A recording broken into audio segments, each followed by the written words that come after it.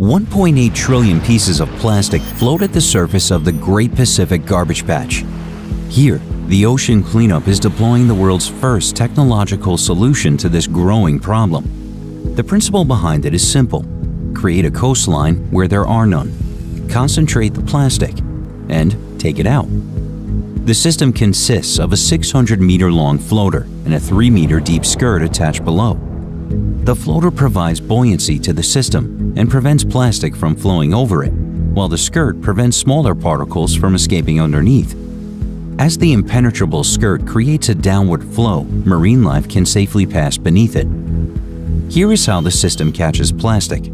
The system takes advantage of 3 natural oceanic forces: winds, waves, and currents. Both the plastic and system are being carried by the current. However, wind and waves propel the system only, as the floater partly sticks above the surface, while plastic is primarily just beneath it.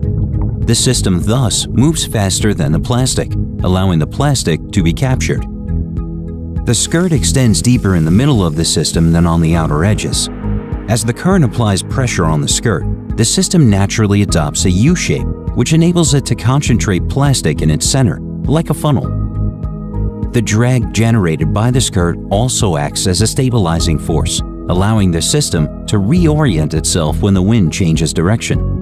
And because the system, like the plastic, is free-floating, it automatically drifts to the areas with the highest plastic concentration. Fitted with solar-powered lights, anti-collision systems, cameras, sensors, and satellite antennas, the system actively communicates its position at all times and continuously gathers performance data. Periodically, a support vessel comes by to take out the concentrated plastic, like a garbage truck of the ocean.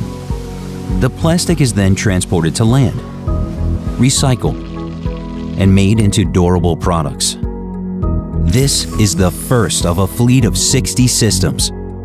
Once deployed, the fleet is expected to clean up 50% of the Great Pacific Garbage Patch every 5 years.